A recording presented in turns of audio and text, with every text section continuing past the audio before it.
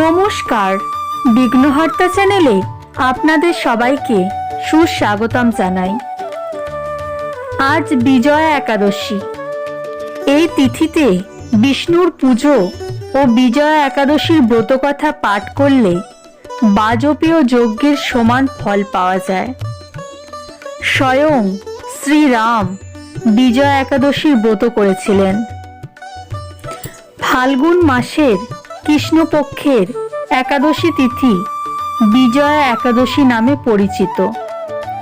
শাস্ত্রমতে এই ব্রতর প্রভাবে ব্যক্তি সমস্ত কাজে জয়ী হয় ও পাপ থেকে মুক্তি পেতে পারে। পদ্মপুরাণে, স্কন্দপুরাণে ও অন্যান্য ধর্মগ্রন্থে এই ব্রতের মাহাত্ম্য বর্ণনা করা হয়েছে। এই ব্রতের প্রভাবে সাধক সাংসারিক ও আধ্যাত্মিক জীবনে সাফল্য লাভ করে থাকেন। লঙ্কা জয়ের আগে শ্রীরাম এই ব্রত পালন করেছিলেন, যে কারণে এই একাদশীর নাম হয় বিজয়া একাদশী। এই একাদশীর পুজোর পর ব্রতকথা পাঠ না করলে এই আরাধনা অসম্পূর্ণ থেকে যায়। আজ বিজয়া একাদশীতে আমি এই ব্রত পাঠ করতে চলেছি। আপনারা অবশ্যই মনোযোগ সহকারে শুনবেন। বিজয়া একাদশীর ব্রত কথা।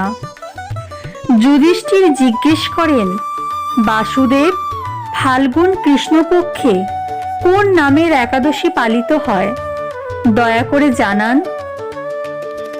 শ্রীকৃষ্ণ বলেন, যুধিষ্ঠির, একদা নারদ পদ্মের আসনে বিরাজমান ব্রহ্মাকে প্রশ্ন করেছিলেন, সুরশ্রেষ্ঠ, ফাল্গুন কৃষ্ণপক্ষে যে বিজয়া নামক একাদশী আসে, দয়া করে তার পুণ্যের বর্ণনা করুন।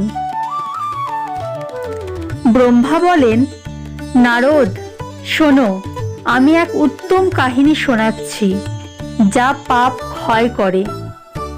এই ব্রত অত্যন্ত প্রাচীন ও পাপ নাশক। এই বিজয়া একাদশী রাজাদের জয় প্রদান করে, এতে সামান্যতম সন্দেহ নেই। অতীতকালে ভগবান শ্রীরামচন্দ্র 14 বছরের জন্য বনে যান ও সেখানে পঞ্চবটিতে সীতা ও লক্ষ্মণের সঙ্গে বসবাস শুরু করেন। সেখানে থাকাকালীন সময় রাবণ ছলনা করে বিজয় আত্মা শ্রীরামের তপস্বিনী স্ত্রী সীতার হরণ করেন। এই দুঃখে শ্রীরাম ব্যাকুল হয়ে ওঠেন। সে সময় সীতার সন্ধান করতে করতে বনের মধ্যে যান। কিছু দূর এগিয়ে আহত জটায়ুকে দেখতে পান তারা।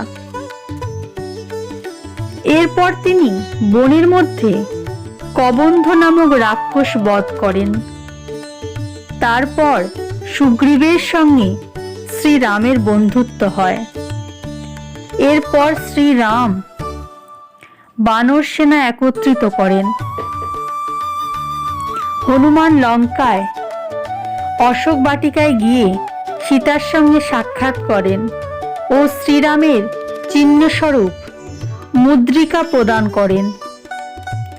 সেখান থেকে ফিরে শ্রীরামকে লঙ্কার সমস্ত সংবাদ জানান তিনি। হনুমানের কথা শুনে শ্রীরাম সুগ্রীবের অনুমতিতে লঙ্কায় প্রস্থান করেন। সমুদ্রের তীরে পৌঁছে তিনি লক্ষ্মণকে বলেন, সুমিত্রানন্দন, কোন পুণ্যের দ্বারা এই সমুদ্র অতিক্রম করা যেতে পারে?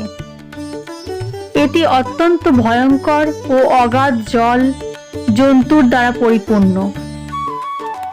আমি এমন কোনো উপায় দেখতে পাচ্ছি না যার দ্বারা এটি সহজে পার করা যায়। লক্ষ্মণ বলেন, মহারাজ, আপনি আদি দেব ও পুরাণ পুরুষ পুরুষোত্তম, আপনার থেকে কিছু লোকানো নেই। এখানে দ্বীপের মধ্যে বগদালভ্য মুনি থাকেন। এখান থেকে অর্ধেক যোজনা দূরে তার আশ্রম রয়েছে। রঘুনন্দন সেই প্রাচীন মুনীশ্বরের কাছে গিয়ে তাকে এর উপায় জিজ্ঞাসা করুন। লক্ষণের এই কথা শুনে শ্রীরাম বগদালভ্য মুনির আশ্রমে যান। সেখানে মুনিকে প্রণাম করেন। মুনি তাকে দেখেই চিনে যান যে তিনি পুরাণে পুরুষোত্তম শ্রীরাম, যিনি কোনো কারণে মানব শরীর অবতীর্ণ হন। তার আগমনে মুনি প্রসন্ন হন ও জিজ্ঞাসা করেন, শ্রীরাম, আপনার আসার কারণ কি? শ্রীরাম বলেন, ব্রাহ্মণ, আপনার দয়ায় লঙ্কা জয়ের জন্য সেনা সহ সমুদ্র তীরে এসেছি। মুনি, এবার কিভাবে সমুদ্র অতিক্রম করব সেই উপায় জানান। আমার উপর দয়া করুন। বগদালভ্য মুনি বলেন, শ্রীরাম, ফাল্গুন কৃষ্ণপক্ষের একাদশীতে ব্রত পালন করলে আপনি অবশ্যই জয়ী হবেন। বানর সেনার সঙ্গেও নিশ্চিত সমুদ্র পার করতে পারবেন। রাজা, এবার এই ব্রতের ফলদায়ক বিধি শুনুন। দশমী তিথিতে একটি কলস স্থাপন করুন। সেটি সোনা, রূপো, তামা বা মাটিরও হতে পারে। সেই কলসকে জল দিয়ে ভরে তাতে পল্লব দিন। তার ওপর নারায়ণের সুবর্ণময় বিগ্রহ স্থাপন করুন। এরপর একাদশী তিথিতে সকালবেলা স্নান করে সেই কলসকে পুনরায় স্থাপন করুন। মালা, চন্দন, সুপুরি ও নারকেল দিয়ে তার পুজো করুন। কলসের ওপর সপ্তধান্য ও জব রাখুন। গন্ধ, ধূপ, দীপ ও নৈবেদ্য দিয়ে পুজো করুন। কলসের সামনে বসে সারা দিন উত্তম কথাবার্তার দ্বারা সময় কাটান। রাত্রি জাগরণ করুন। অখণ্ড ব্রত সিদ্ধির জন্য ঘিয়ের প্রদীপ জ্বালান। তারপর দ্বাদশীর দিনে সূর্যোদয়ের পর সেই কলসকে কোনো জলাশয়ের তীরে স্থাপন করে নিয়ম অনুযায়ী পূজা করুন। এরপর দেব প্রতিমা সহ কলসকে কোনো বেদবেত্তা ব্রাহ্মণকে দান করুন। মহারাজ, কলসের সঙ্গে আরও কিছু দান করা উচিত। শ্রীরাম, আপনি নিজের সেনার সঙ্গে এই নিয়মে বিজয়া একাদশীর ব্রত করুন। এর প্রভাবে আপনি জয়ী হবেন। ব্রহ্মা বলেন, নারদ, এ কথা শুনে শ্রীরামচন্দ্র মুনির কথা অনুযায়ী বিজয়া একাদশীর ব্রত করেন। সেই ব্রতের প্রভাবে রামচন্দ্র জয়ী হন। যুদ্ধে রাবণ বধ করেন রাম। লঙ্কা জয়ের পর সীতাকে উদ্ধার করেন তিনি।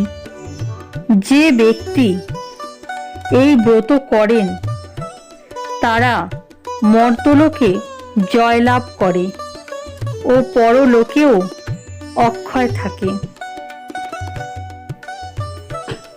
ভগবান শ্রীকৃষ্ণ বলেন, যুধিষ্ঠির, এ কারণে বিজয়া একাদশীর ব্রত করা উচিত। এদিন এই ব্রতকথা পাঠ করলে ও শ্রবণ করলে বাজপেয় যজ্ঞের সমান ফল লাভ করা যায়। আজ বিজয়া একাদশী। আজকের দিনে অবশ্যই বিজয়া একাদশীর ব্রতকথা পাঠ করবেন অথবা শ্রবণ করবেন। সংসারে কল্যাণ হবে এবং সন্তানদের মঙ্গল হবে। যদি ভিডিওটি ভালো লেগে থাকে অবশ্যই লাইক, শেয়ার এবং সাবস্ক্রাইব করবেন। এবং অবশ্যই কমেন্টে লিখবেন ওম নারায়ণায় নমঃ।